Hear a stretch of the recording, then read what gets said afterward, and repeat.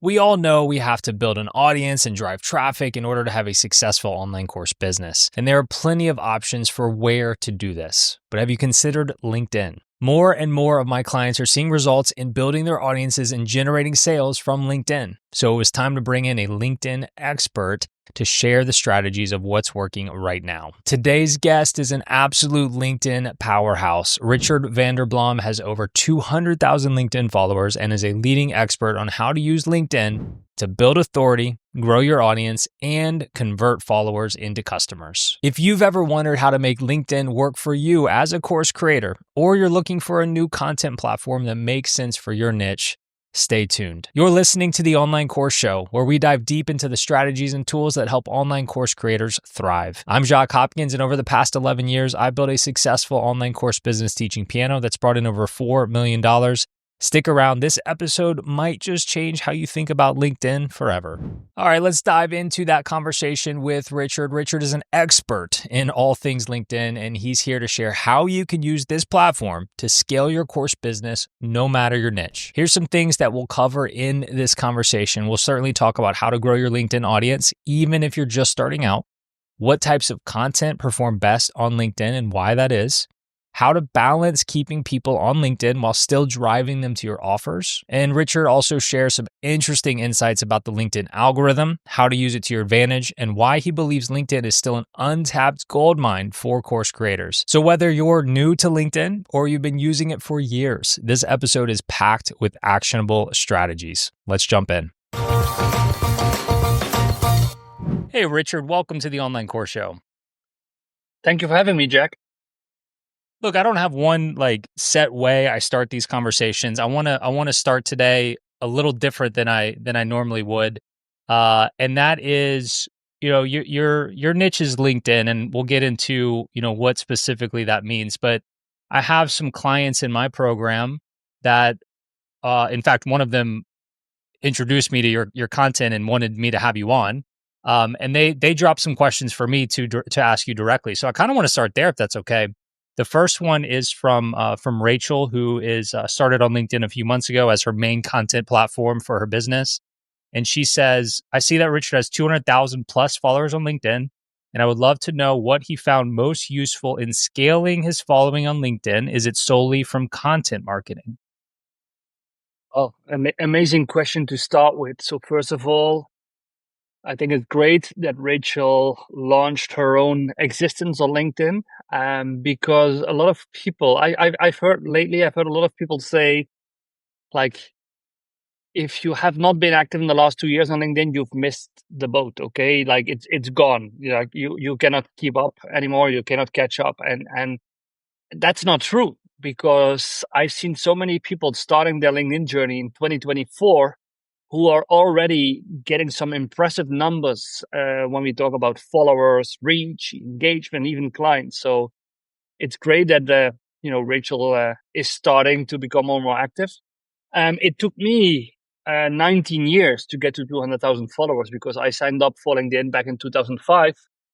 But my real acceleration when it comes to follower growth started about 2.5 years ago, 3 years ago.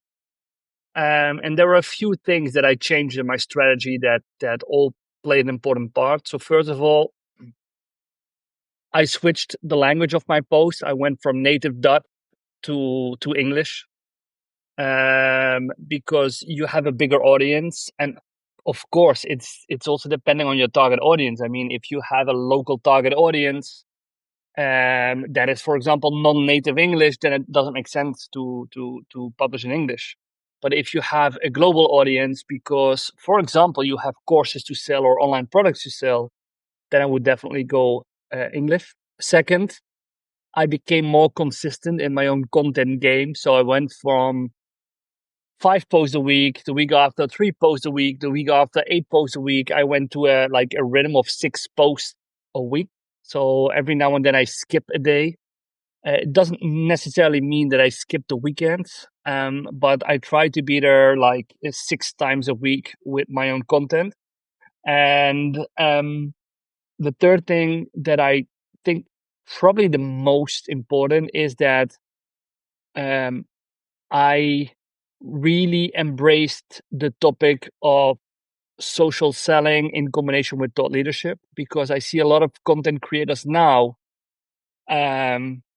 talking about a diversity of topics just for the sake of a possible viral post. I see so many people, for example, now talking about the 10 leadership tips. But hey, if you're not a leadership consultancy, if your target audience are no leaders, then you might get some real impressive numbers and reach, but it will not convert to business. So I would say to Rachel and all the other listeners, have your main topic, your unique value proposition, and aim 80%, 80% of your content around that specific topic. Become the person to go to on that topic in your network. That's probably the most important. So Rachel is she's a lawyer, and she helps other lawyers advance in their careers. That's her niche, and Cool. she figured that LinkedIn would be a good place to find those people, right? What niches, in your opinion, work well? Like, does that work well for LinkedIn, and what niches in general work well for LinkedIn? Because I'd imagine it's not all of them, right? It depends. In this specific example, it's funny also because if you want to niche down, where do you do that? Do you do that on your profile? Do you do that on your content? So, for example, and I think this example from Rachel is a very good example, because she might get the advice from people to say, niche down your content to lawyers who are currently in transition of their career, or who are considering a career change. Okay, so if we do the math, what is the percentage of lawyers in your network? That's probably very low. Then what is the percentage of those lawyers in your network that are actively seeking for a new career? That's even lower. So if I start my post, for example, with are you thinking about a next career step as a lawyer? I guarantee you this post will fail, because it doesn't get the reach it deserves. It doesn't get the engagement. So my advice always is, niche down is what you do on your profile, but your content needs to be broader.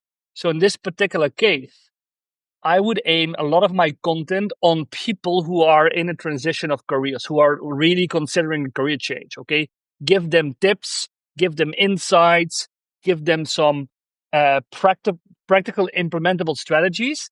But when people click to your profile, make that about the lawyer or the law practice professional that is in thinking of a change.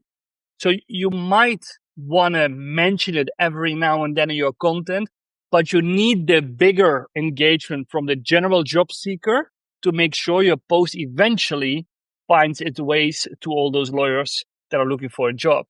And this is for a lot of niches, okay? Don't niche down your content too much. Niche down to your target audience on your profile. That's where the conversion takes place.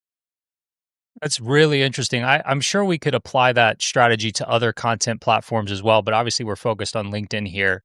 So as far as the content itself, right? And full disclaimer, Richard, like I am ignorant with LinkedIn. Like we post on there every now and then, but it's far from one of our main, personally, one of our main like content platforms, traffic driving platforms. I know far more about YouTube and podcasts. That's where I get most of my traffic.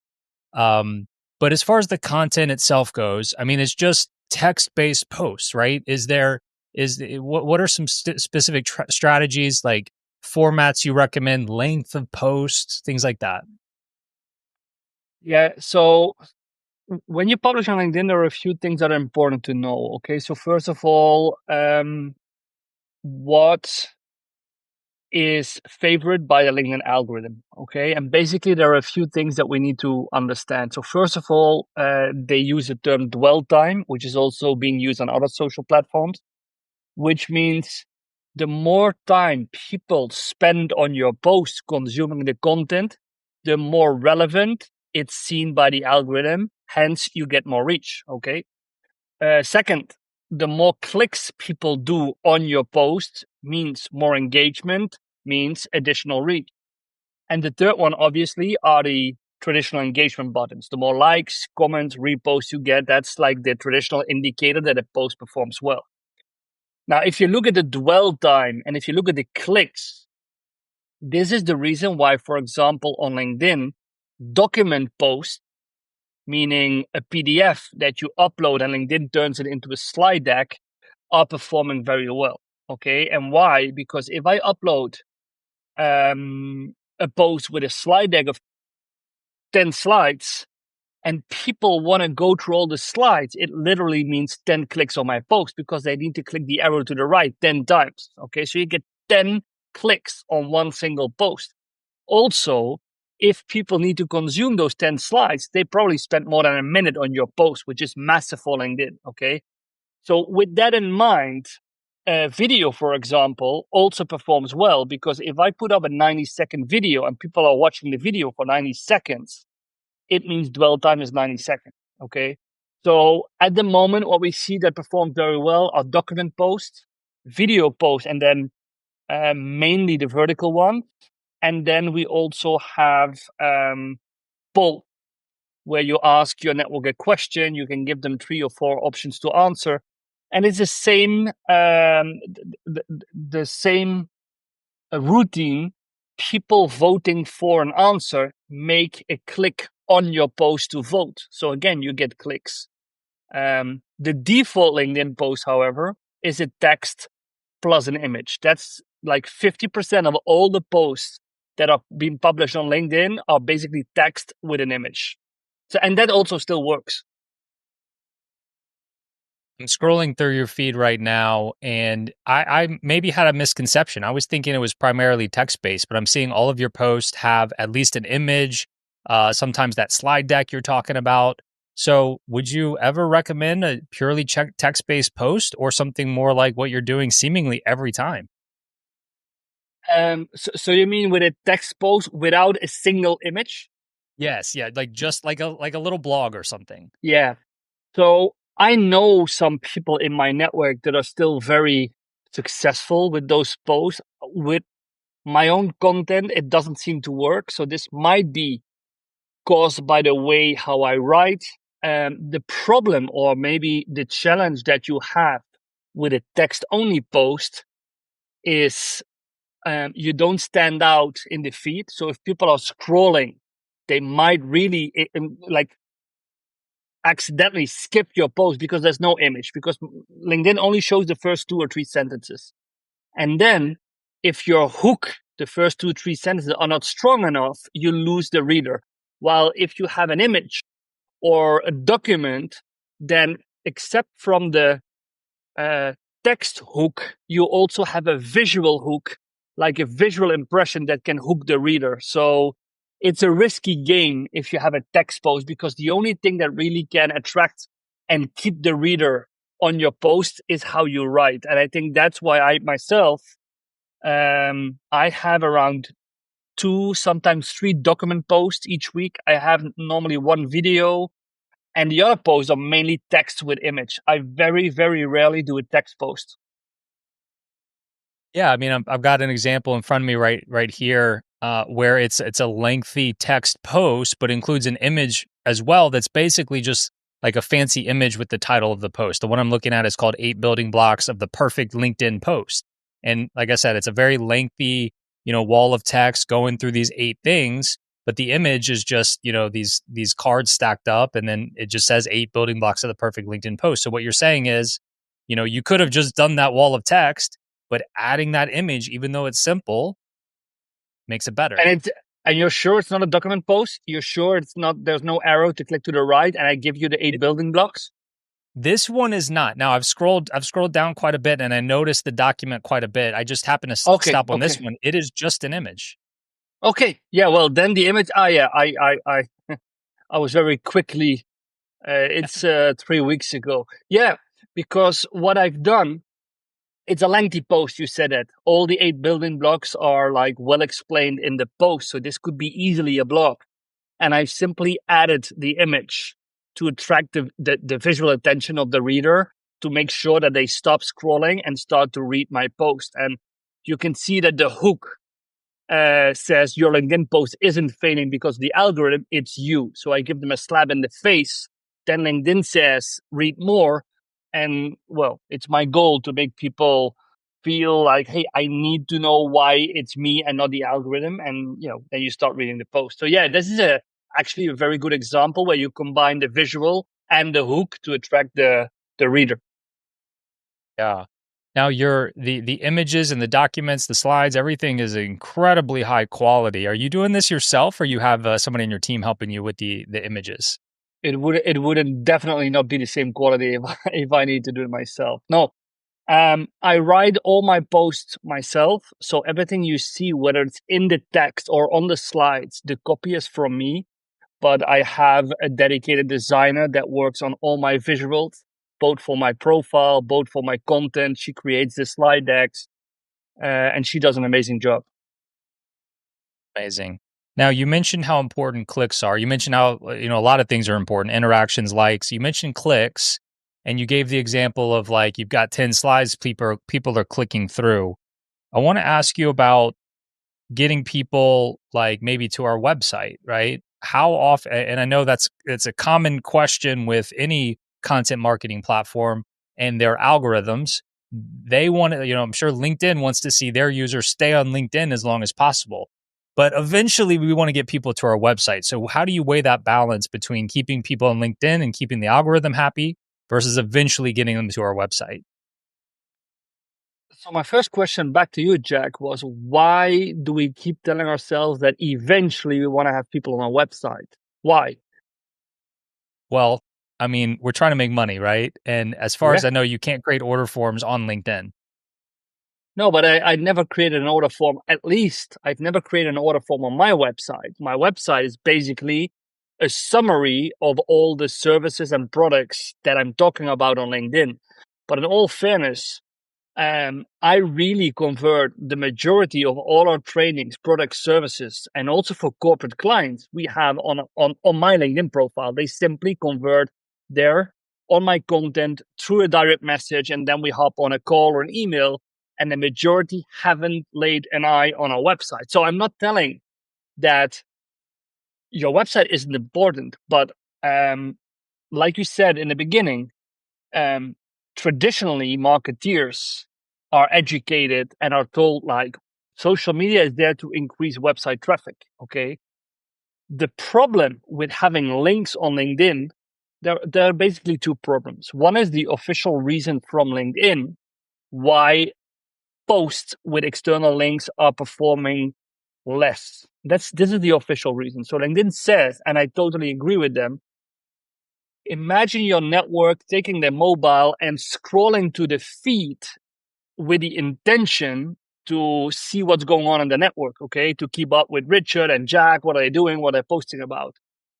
Those people have very low intent to click on a link, go away from the feed and go to your website because that's not what they were doing. They were just updating their network or getting updated on what their network's doing, okay? So they're not ready to convert. So that means that you get less clicks on that link. So that means LinkedIn says less clicks means less reach. Okay. You mentioned this. The unofficial reason, which is proven by many independent research, including our own, is that the algorithm penalizes external links. It's basically like that. Okay. LinkedIn keeps saying it's a myth. But Hootsuite, Buffer app, they all seen the same things. As soon as we have links in the post, we get less reach. Now, this is not a coincidence. And this is, like you said, Jack, they don't like it if we drive people away from the platform to a website. So when I have a discussion with clients about what do we do with external links, my advice is very easy, okay? Because in 8 out of 10 cases, I think the external link is not even necessary because it's a nice to have, but it's not crucial for the post. If you want to have an external link, for example, I'm making a post about an upcoming webinar, okay? And I want people to sign up. That link is crucial for my conversion, okay? So I need that link to be in the body of the post, okay? No secret tricks, no hiding of the comments of hiding of the links in the comments. No, because we need to make it as easy as possible for people to convert. Okay. But if I have read an article about the state of podcast 2025 and I want to have a discussion with my network on, then I might put that article that I've read in the comments and say, hey, this was the article that spawned this post, because my goal is not for people to read that article, which actually loses reach. No, my goal is to spark a conversation. So if the link is crucial for the conversion that you want to have with a post, put it in the original post. If not, you can put it in the comments, but we don't need to drive traffic necessarily to the website, because I see a lot of people having the conversion on LinkedIn itself. A webinar example, I think, is a good one. I'm glad you brought that up. So that is an example where they would need to leave LinkedIn and register for your webinar. And you obviously want as many people to do that and as many people to show up to the webinar. So and what happens, Jacques, is that people only knowing one side of the story. So they know external links are being penalized by the algorithm. So what they're going to do, they're going to create a post about a webinar, and then the last line of the post says, want to sign up for the webinar? See the link in the first comment, okay? And then they're going to have the link in the first comment, which is not seen by the algorithm, so you don't get a penalty. But what happened? Now you get multiple comments, and your comment will not be the first comment anymore, and it will be hidden, actively hidden by LinkedIn, okay? Comments with links are hidden by LinkedIn. So that means that I'm reading your post, I want to sign up, I don't see the link in the first comment, which is a bit like unprofessional. Then I need to click on show more comments. I get 2 more comments. It's not there. I need to click again. And with every click, you lose a percentage of people wanting to sign up for the webinar. So it's a conversion killer. Just have the link in your original post, because this post has the goal to convert, not to reach 100,000 of people. We want a conversion. So that's probably one of the best examples. Right. So we put our link in the body and not necessarily at the end either, but that still leaves the problem of LinkedIn and whatever platform we're on not liking their users to leave the platform. So would you say the key to that is being sporadic with those types of posts? Like most of your posts don't have links off of the platform, but every once in a while you do, and so LinkedIn, is not going to penalize you as much. Yeah, because again, I think an important part of a converting content strategy is that your goal is not with every post to drive traffic to your website, because every time you have a link to your own website, people know you are there to sell something. Okay, that's why we want to have them on the website, because there they can convert. And you don't want to give them the impression that the only reason that you're publishing content on LinkedIn is that they need to become a client. So for example, I very sporadically have an external link, maybe once every 2 weeks, but not more often. Now, next week, I'm going to have a post about the community I have. We have a new program that starts in January.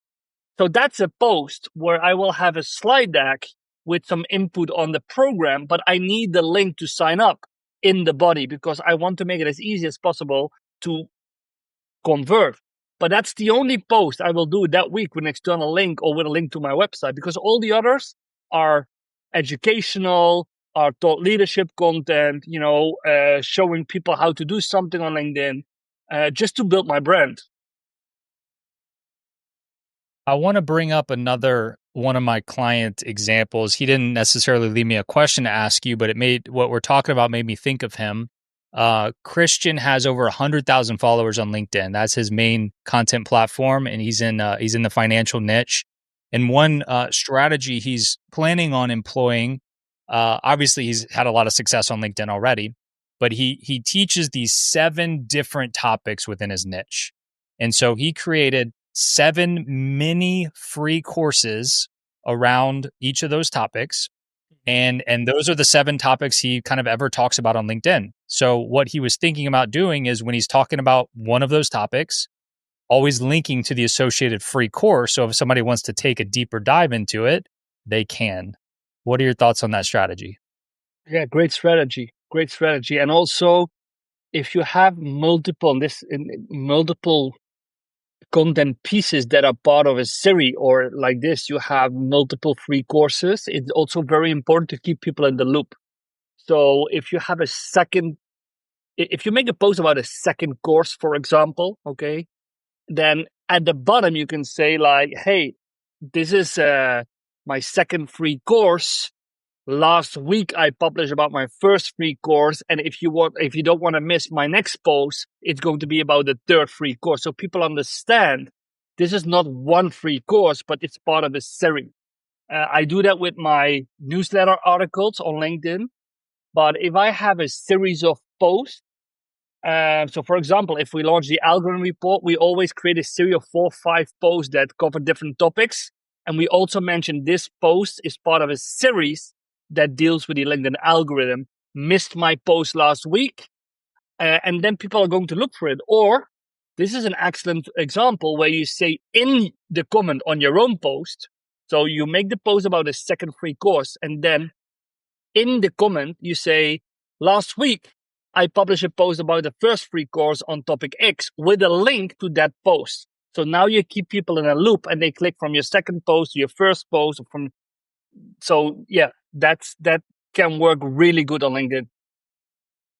But I think if I'm understanding what he's proposing correctly, he's only ever going to talk about one of these 7 topics. And every time he talks about it, he's going to link to the free course. And what you were saying earlier is we don't necessarily want to have a link out to our website every single post.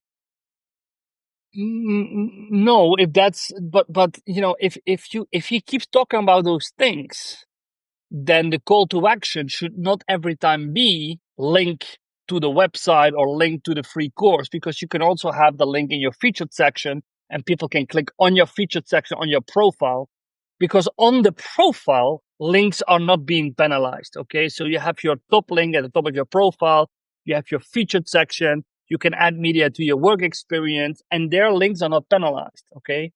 But I wouldn't advise him, if that's the case, then I misunderstood. I wouldn't advise him every post to have the same call to action with a URL to one of the courses. No, I wouldn't do that. I would maybe 1 out of 4, 1 out of 5 posts would have a URL. So while we're on this topic of put them in your featured LinkedIn, section. Put them in a featured section and just say, like, at the bottom of your post, say, want to check out the free course, visit my profile, check out the featured section. You get no penalty. You have profile visits, which will also increase your relevance according to the LinkedIn algorithm, and people can convert on your profile. There we go. That's a great tip right there. While we're on the topic of staying on LinkedIn versus getting off into our own world, talk to me about email list, right? Because the conventional wisdom would be, well, you've got over 200,000 followers. People would say you're kind of renting them since it's on their platform. We want to get as many of those people off, get their contact information onto an email list. Is that something you try to do as well? Yep. Yeah, I've been actively doing that since May this year. And there were 2 reasons. So first reason, you're right. It's rented ground. If LinkedIn tomorrow decides to unplug, which is not going to happen, but you lose your social capital. And I got a restriction last year of my account. It was only temporary 1 day, but that really freaked me out. I was like, okay, what happened, and what happens if I don't get them back?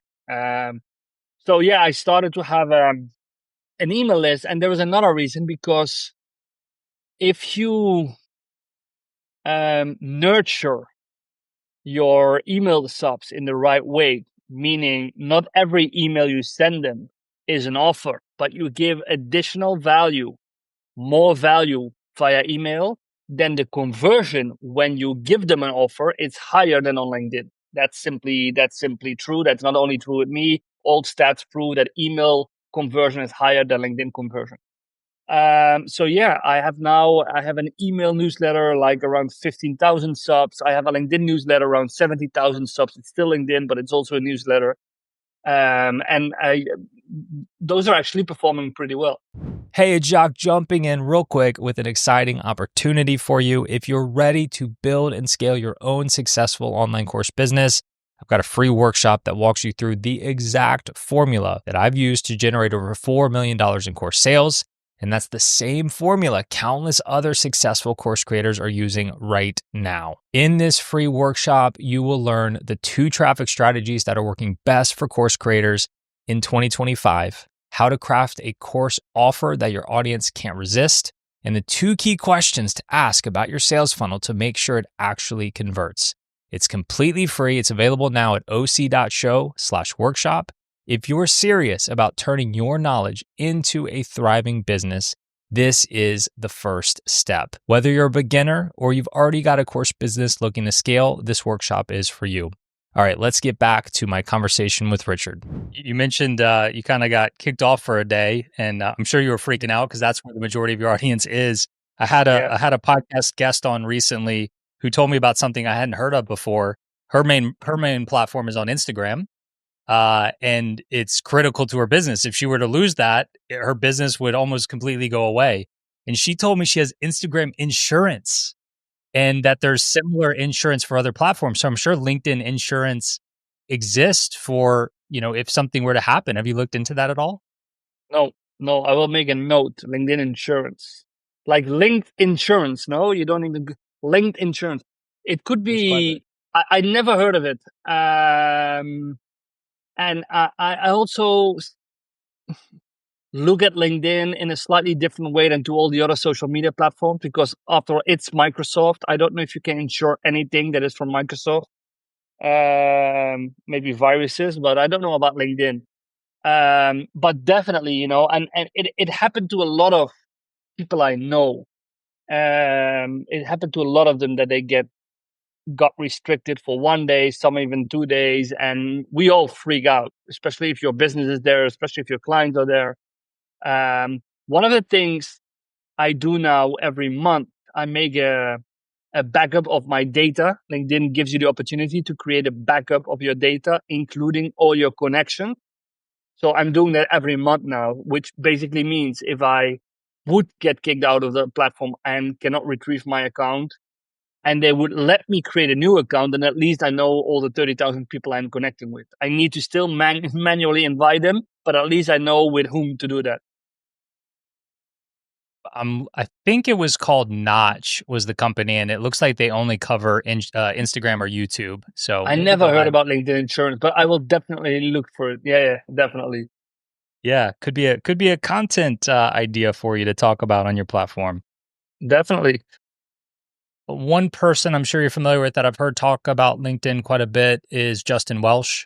And one thing I've heard him say is that it's important to interact in the comments, right? When you make a post, make sure you set aside time to actually interact with people that are commenting on your post. Is that important? It is. And it's funny you mentioned Justin, because believe it or not, just today, 1.5 hours before this call, I had a 30-minute call with Justin. So we exchanged some ideas. Engagement is crucial. I always say to clients, but also on my keynotes, I always say, like 5 years ago, your content strategy. So the way how you publish posts would do the job. Now it's not that easy anymore with the rise of more content creators, with the algorithm getting more like how do you say it's a bit more difficult now to get a substantial reach than it was like 3-4 years ago. So your engagement strategy is crucial, not only to nurture your own post, but also to put yourself out there in the feed of other peers, other creators, and tapping into their network. And just to stay with Justin, so I actively engage with Justin's content. First of all, because I like his content, I like the guy, I like Justin. But second, every time I leave an additional comment on Justin's post and I have an additional insight, I get around 50 to 60 new followers coming from his network that are already checking his content, his feed. They never heard of me. They say that they see that my comment makes sense. They check me out on my profile. They see a lot of good content and they just follow me. So instead of always being in your own bubble with publishing your own post, nurturing your own post, having 5 to 10 on topic comments adding value, being relevant really helps you in getting more profile views from your target audience, but also getting more growth in your follower network as well. So I started this conversation by asking you Rachel's question, and actually wasn't finished with her question. She had a second part to it. So let's jump there. She Bring it on. said, to wrap up what she was saying, she said, when he was starting out, did he also actively send connection requests to grow his following? No, I didn't. No, I didn't.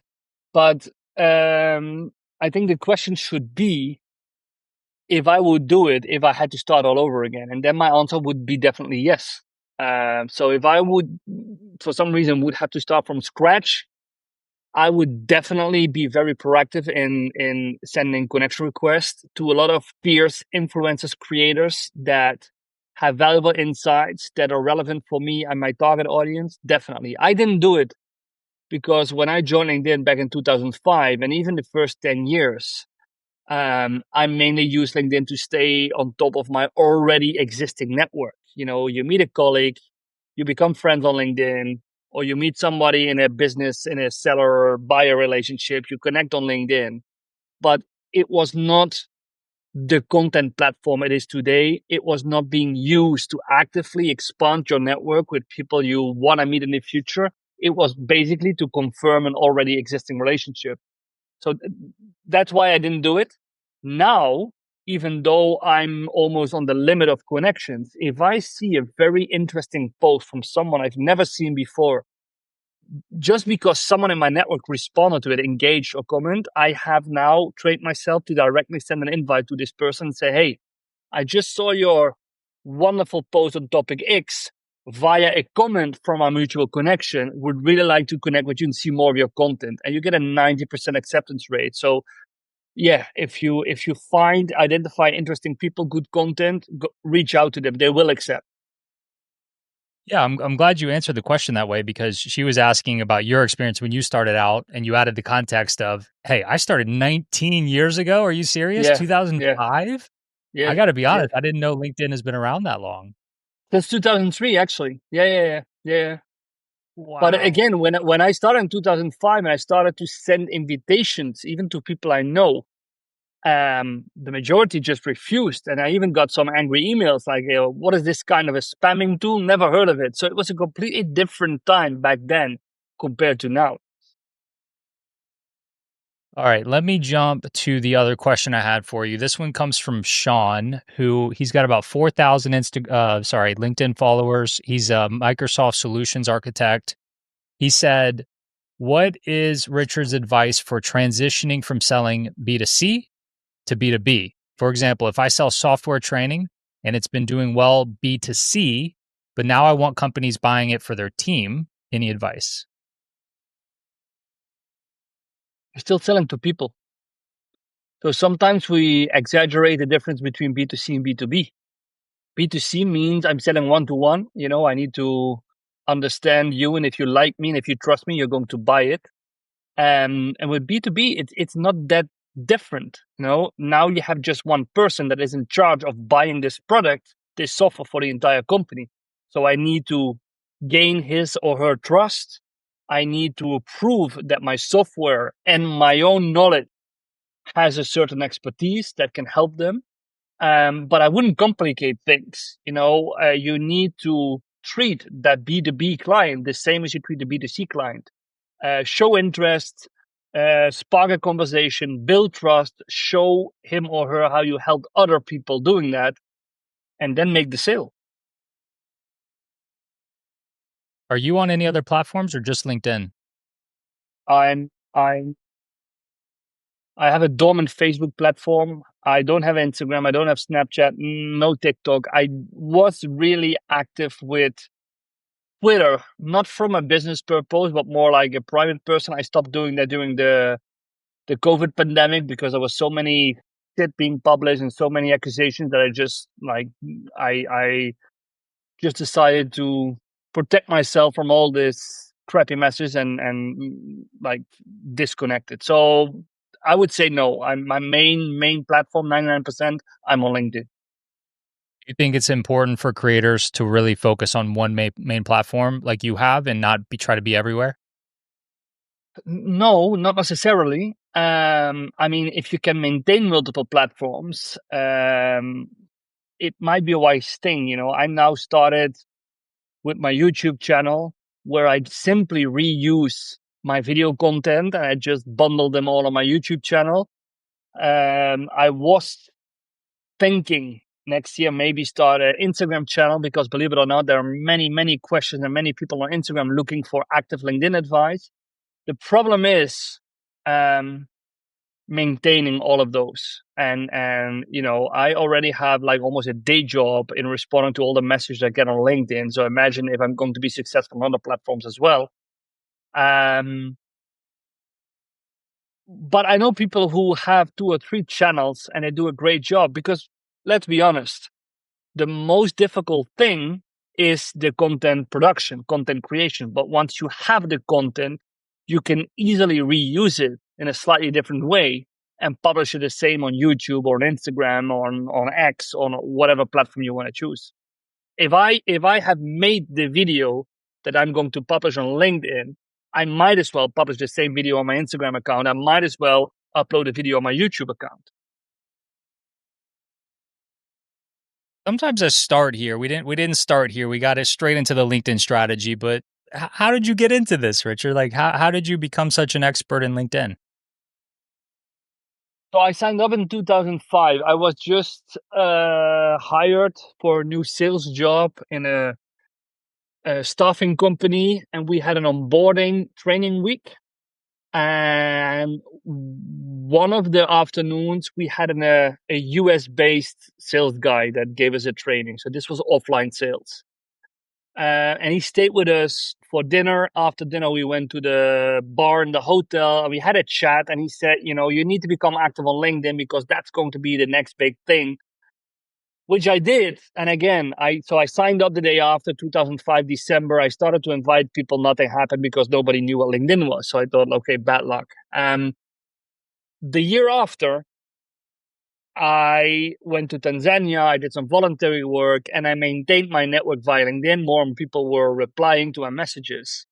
And when I came back from Tanzania in 2007, I started to work at a big training agency in the Netherlands as a sales manager.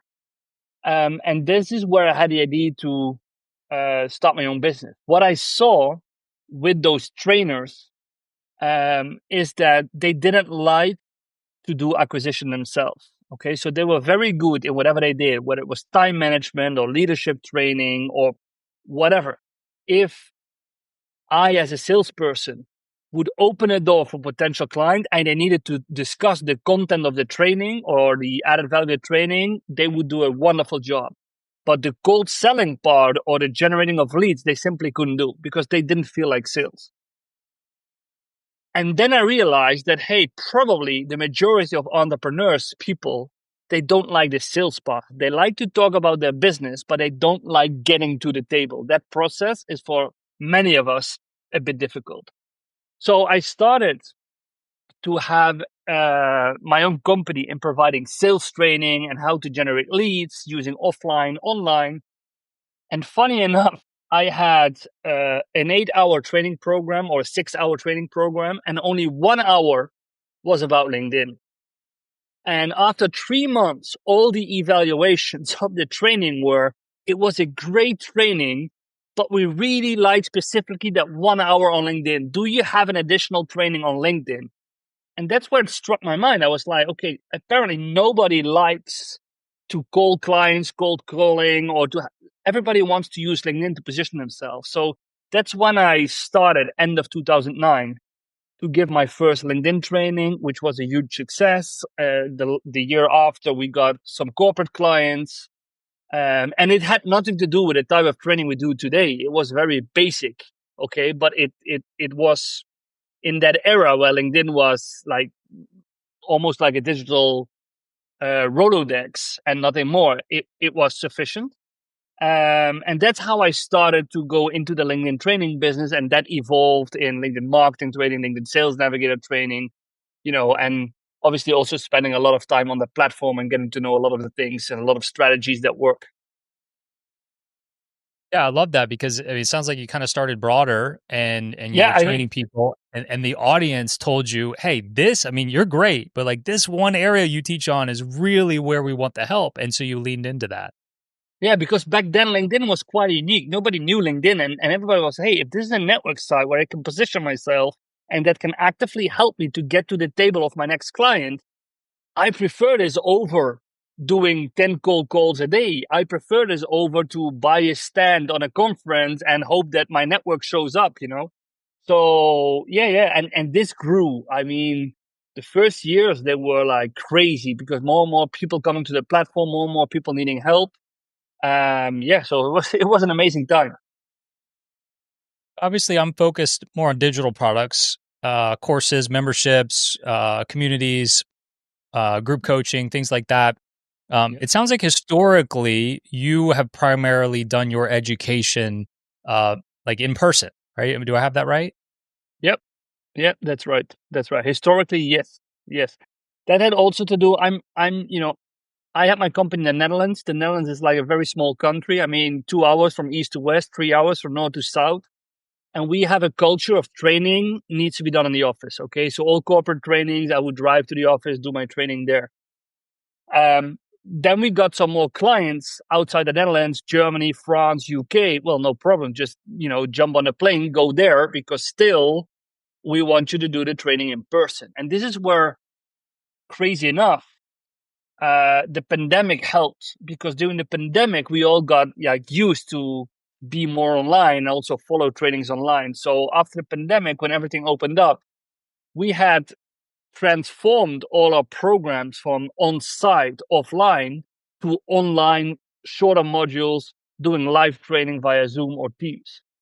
um, and since my main focus has always been with the agency on medium big companies, enterprises, there is a huge population of solo entrepreneurs, small companies who wanted to have my thoughts or wanted to collaborate with me on the LinkedIn strategy. And I would basically say, based on pricing or based on like your DNA, we're not a match.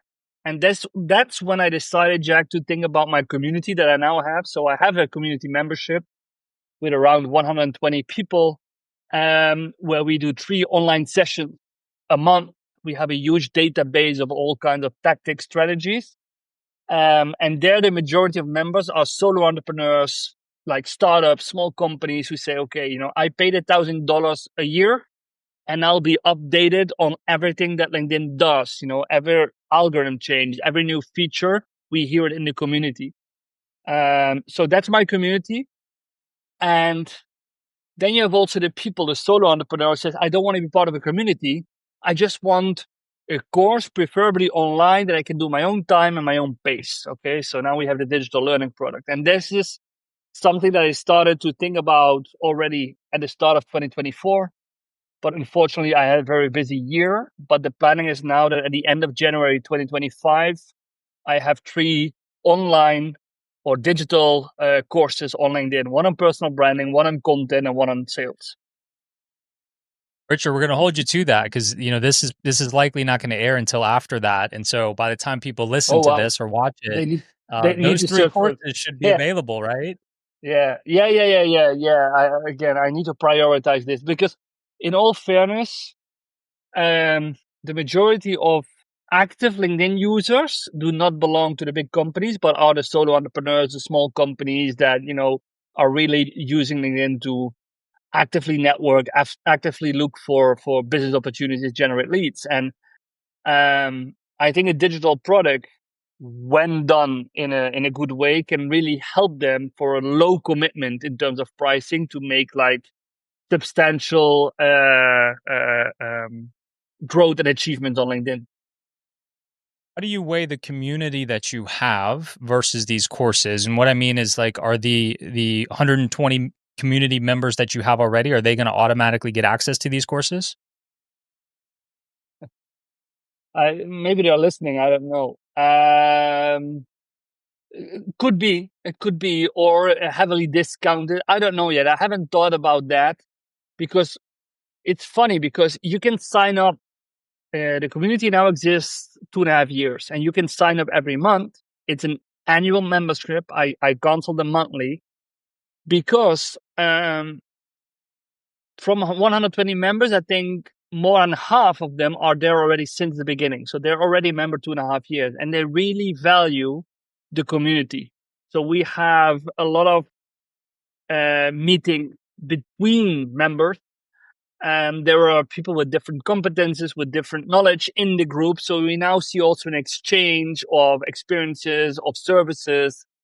So it's at least to me, it's a different audience than somebody who says, hey, I like the content of Richard. If he has an online training, I would buy it because I like the way how he built his profile, or I like how he has produced his content. So the one is really community. We grow together. We share knowledge. I bring some, I get some. And the other is just a transactional course. I pay you this amount of money and I get your insights on how to stand out with my LinkedIn profile. So you've been doing this a long time now. I usually try to ask my guests this question in one form or another, but it has to do with like what would you do if you were starting over today, right? Where you are today has been a culmination of 19 years since you signed up for LinkedIn, and so I would imagine if you were if that didn't exist and you were starting over today, you probably wouldn't take the exact same steps you took. Like if you were starting an online business with the goal of selling digital products today, what would that look like for you? Yeah. So I probably would start with making sure that my profile is all about being seen as an authority in my field of expertise, because that makes it easier for people to buy.